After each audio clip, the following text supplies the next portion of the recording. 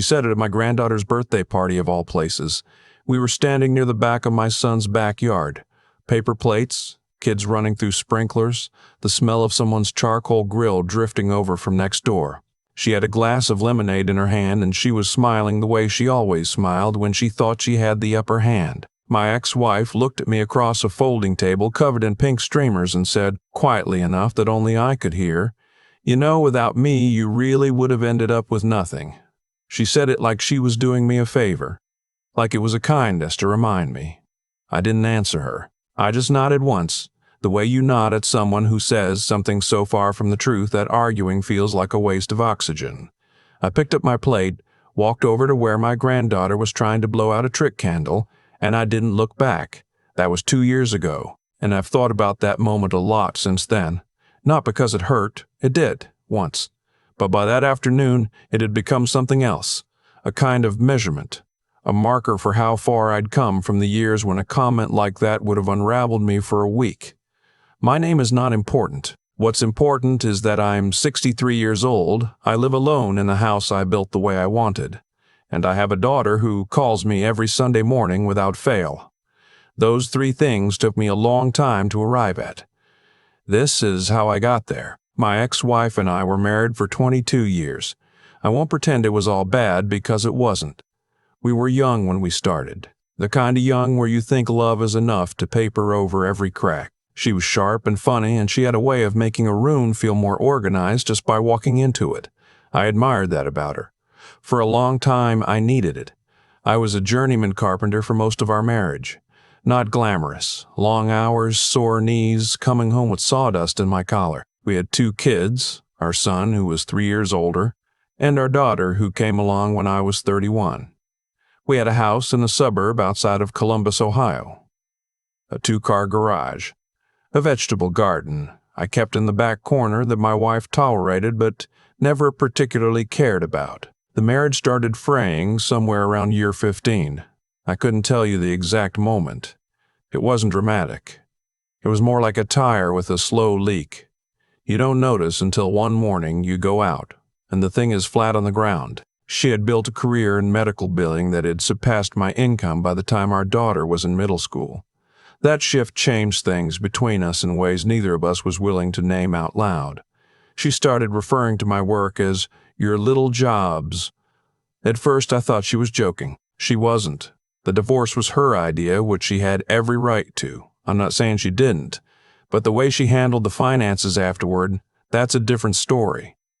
We had a joint investment account we'd been building since the early 90s. Mutual funds, some bond holdings, a few individual stocks her father had recommended years ago. When she filed, we had a family attorney draw up the separation agreement. I trusted that process. I trusted that the numbers I was seeing were the numbers that existed. I was wrong. It came out later, not through any grand investigation, but through a discrepancy I noticed on a tax document 3 months after the divorce was finalized, that she had liquidated a significant portion of the account about 6 weeks before she filed, moved the proceeds into a separate account her sister held. The amount was just under $40,000. I want to be careful here because I don't want to sound bitter. I've had time to work through most of that bitterness, but I also want to be honest, because if I'm going to tell this story, I'm going to tell it whole. I showed the document to my own attorney, a woman I'd found after the divorce was finalized, when I started to realize I should have had independent counsel from the beginning. She reviewed it and told me I had grounds. She was clear about that. I had grounds to reopen the settlement and pursue the discrepancy. I didn't do it immediately. And I know that will frustrate some people. My son certainly thought I was wrong to wait. He sat at my kitchen table. This was my apartment at the time, a 2-bedroom place off Henderson Road, and he put his hands flat on the table the way he does when he's trying to stay patient, and he said, "Dad, she stole from you. Why are you sitting on this?" And I told him the truth because his sister was 17 years old. She was already struggling with the divorce, and I didn't want her senior year of high school to be spent watching her parents fight in a courtroom over money. I'd done the math. The emotional cost to my daughter was worth more to me than the $40,000. He disagreed. He still does, a little, I think. But it was my call to make. What I did do was document everything. I kept copies of every statement, every transfer record my attorney had been able to obtain, every relevant email. I put them in a file folder, and I put that file folder in the bottom drawer of my desk, and I went back to work.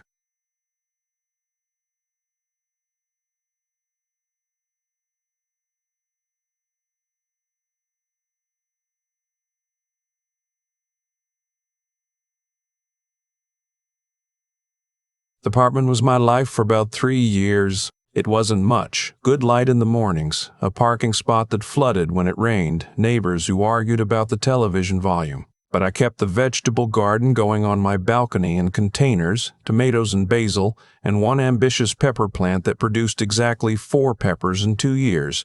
I cooked my own meals. I kept my own meals. I kept my overhead low. I worked. I'd shifted away from residential carpentry by then and started doing custom millwork, built-ins, cabinetry, specialty trim for renovation projects. The margins were better and the clients were different. Architects mostly, people who cared about craft. I liked that world more than I'd expected to. There was one architect in particular, a man about 10 years younger than me, who kept hiring me for projects in the short north and German village neighborhoods. After the 3rd or 4th job, he asked if I'd ever thought about general contracting. I told him I had a license and some experience, but I'd never gone out fully on my own. He said he had a project coming up, a gut renovation on a Victorian on Bryden Road, and he'd like to give me the contract if I was interested. I was interested.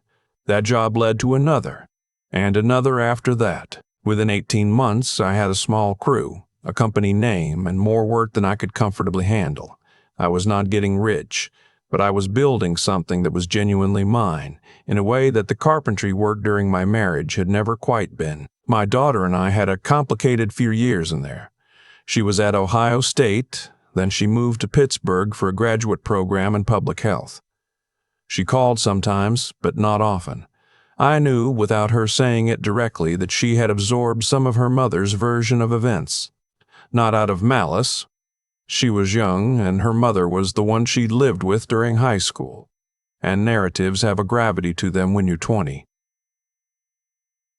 I didn't push. I showed up for the things she invited me to. I kept the door open without standing in the doorway. The house came together slowly. I'd been looking at land for a couple of years, parcels outside the city, within a reasonable drive of Columbus, but with enough space to do something different. I found what I was looking for in a township about 30 miles east, 12 acres, with a creek running along the back edge and a ridge of mature oaks on the south side. The price was right because the access road needed work and the previous owner had let the fields go to brush. That didn't bother me. I knew what to do with brush. I built the house over about 2 years, working weekends and whenever I could pull my crew between contracts. I did most of the interior finish work myself. The cabinetry, the trim, the built-in bookshelves in the study. There was something about working on my own house that felt different from every other job I'd ever done. More deliberate, like every decision mattered twice as much. The house is a modified craftsman board and batten siding, a deep covered porch running the full width of the front copper gutters that had already started to develop a patina by the time I moved in. Inside, everything is wood and light. The kitchen has a 12-foot island I milled from a walnut tree that came down on the property during a storm the first winter. The back of the house faces the creek, and in the evenings in summer you can sit on the screened porch and hear the water. I moved in on a Thursday in early April, 3 years ago. I remember that day clearly. The moving truck was a rental I drove myself. Most of the furniture was things I'd built or refinished, and I stood in the kitchen for a long time after the truck was unloaded, just listening to the quiet. My daughter flew in from Pittsburgh that weekend to help me unpack. That visit was the first time in years that we had spent more than a few hours together. She slept in the guest room and we ate breakfast on the porch both mornings, and we talked, really talked, about the divorce, and about those years, and about the things she had been told and the things she had come to understand on her own. I didn't press her on any of it. She came to it herself, the way people have to. At one point, on the second morning, she said, "I know Mom said a lot of things about why you two split. I believed them for a while, but I've been watching how you live, and I don't think the story she told was the whole one. I didn't say anything dramatic. I poured her more coffee. Later that day, while she was helping me arrange books in the study, she found the folder. It had come out of a box labeled Office Misc, and she held it up and asked what it was. I told her it was some documents for around the time of the divorce. She opened it before I could say anything else. She didn't say anything for a long time. She looked through the pages carefully, the transfer records, the account statements, the notes my attorney had prepared. Then she set it down on the desk and said quietly, she moved the money before she filed. I said yes. How much? I told her. She was quiet for another moment. Then she looked at me and said, why didn't you do something about this? I told her the same thing I told my son 4 years earlier. I didn't want her senior year to be a courtroom. She was worth more to me than the money. She looked at me for a long time. Then she put the folder back in the box, and she went back to arranging the books, and she didn't say anything else about it. That evening, she called her mother. I don't know exactly what was said. I went outside and walked down to the creek and gave her the space to have that conversation, without me standing 20 feet away. When I came back in, she was sitting at the kitchen island with a glass of water, and her face was the particular kind of still that means someone has just recalibrated something important.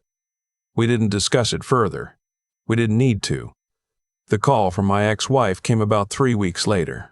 I was in the workshop, a separate outbuilding I put up on the north end of the property, where I still do custom millwork when I have the right job, and my phone buzzed on the workbench. I looked at the screen, and I felt the small familiar contraction in my chest that her name still produced, not because I missed her, but because of what that name had come to mean over the past several years.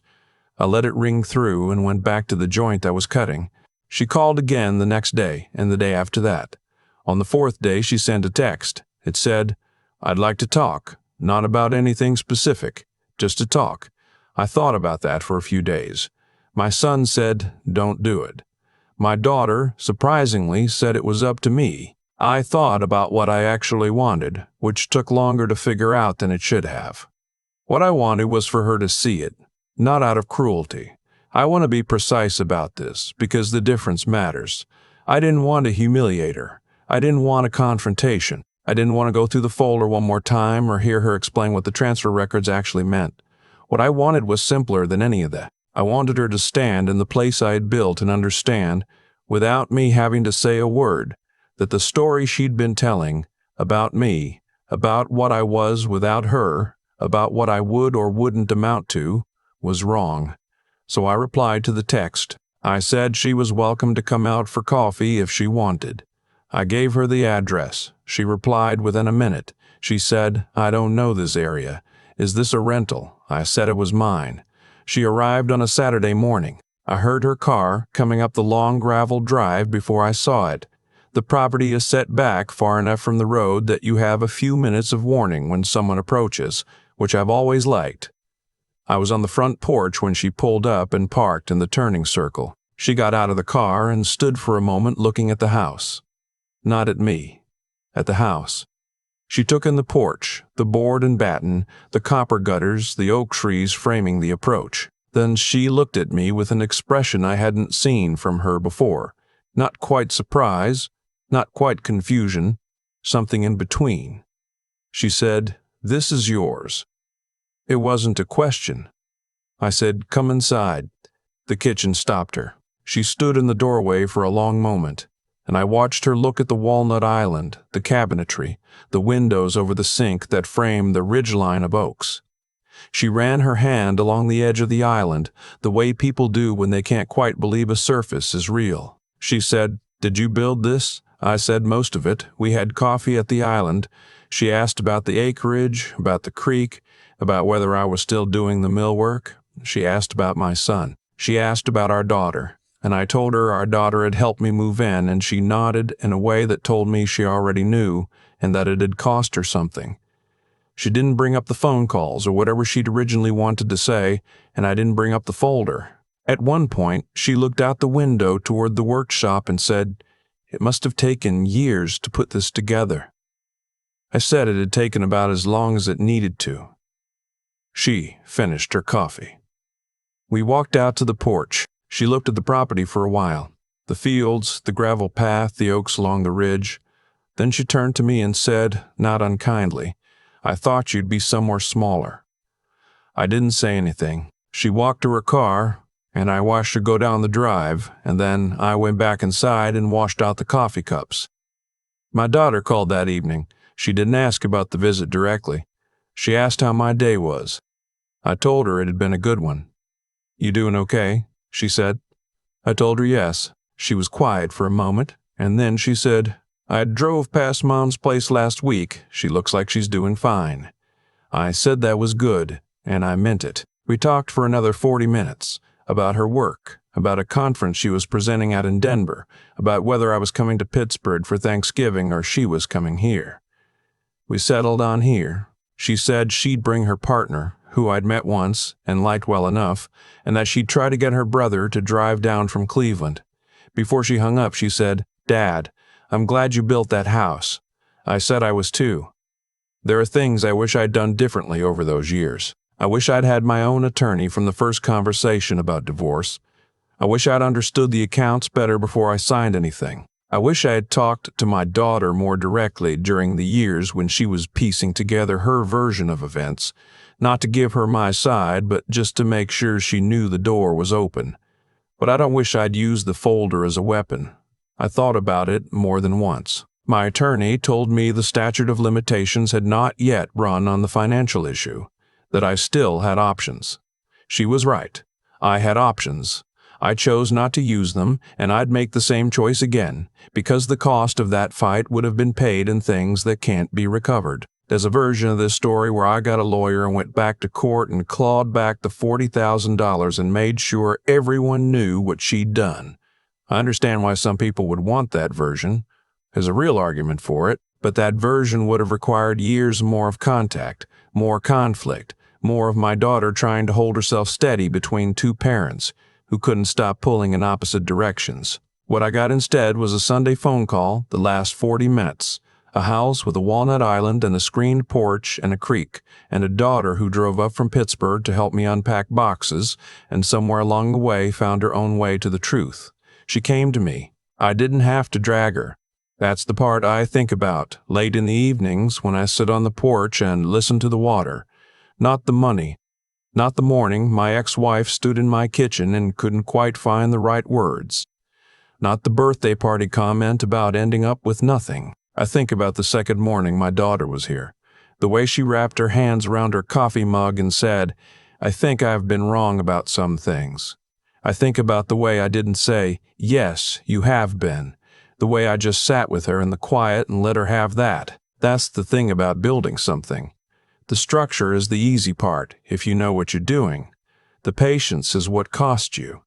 The patience to wait for the wood to dry, to let the joints cure, to not rush the finish before the surface is ready. She said I'd end up with nothing without her. I ended up with exactly what I built.